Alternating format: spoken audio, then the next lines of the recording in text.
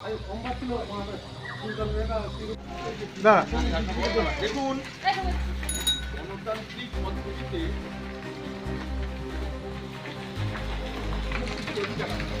একমাত্র বাংলায় কোনো কারণে বিরোধী রাজনীতি আপনারা দেখছেন জনতা পার্টির প্রচারের জন্য দেয়ালে চুনকানো হয়েছে।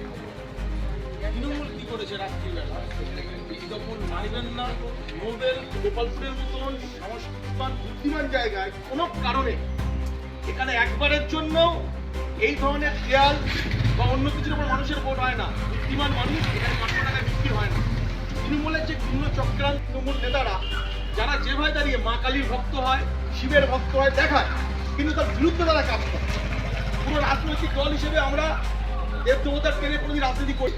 আপ টু ইলেকশন পর্যন্ত যে দেয়ালে মা কালীর ছবি দেখবেন, শিবের ছবি দেখবেন, বাবা লোকনাথের ছবি দেখবেন, ভাববেন এইটা ভারতীয় জনতা পার্টির তরফ থেকে করা হয়েছে।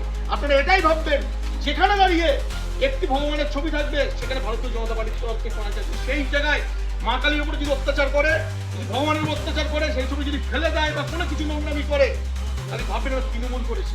তৃণমূল দাঁড়িয়ে করবে কি ভগবানের উচ্ছেদ করেছে, কারণ সেটা করতে পারে তারা রাজনৈতিক দল। আমরা এই বিষয়ের প্রতিবাদে যে কটি দিয়ালে আজকে তৃণমূল এই ধরনের নোংরা চক্রান্ত করছে, বিশেষ করে সব জায়গায় এটা করেছে, আমরা চেষ্টা করবো সেখানে দাঁড়িয়ে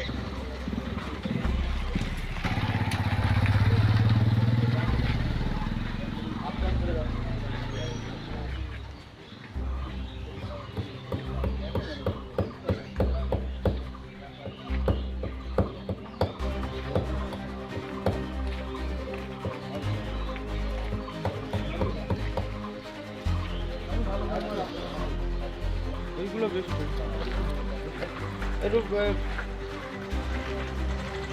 একটু আরো ভালো।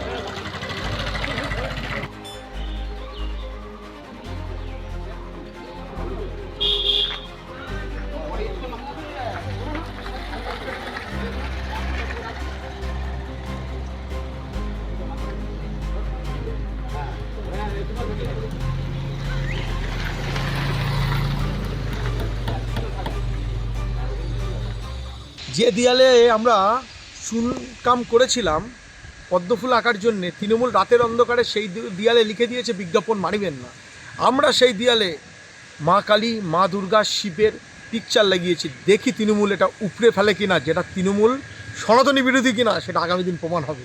জানতে পারলাম আগামীকাল বিজেপি নামক যে দল তারা একটা হঠাৎ সোশ্যাল মিডিয়া করে গোপালপুর 1 নম্বর অঞ্চলের একটা বুথে, নির্দিষ্ট বুথে কয়েকটা দেয়ালের উপর তাদের দেয়াল নাকি তৃণমূল কংগ্রেস মুছে দিয়েছে বা মুছে দিয়ে সেখানে বিজ্ঞাপন মারিবেন না লিখেছে। তৃণমূল কংগ্রেসের রাজনৈতিক অবস্থান এতটাও খারাপ হয়নি যে বিজেপির দেয়ালে তৃণমূল কংগ্রেসকে লিখতে হবে। তৃণমূল কংগ্রেস যথেষ্ট শক্তিশালী এবং তৃণমূল কংগ্রেস দেয়ালের রাজনীতিতে বিশ্বাস করে না। তৃণমূল কংগ্রেস মানুষকে নিয়ে রাজনীতি করে, উন্নয়ন নিয়ে রাজনীতি করে।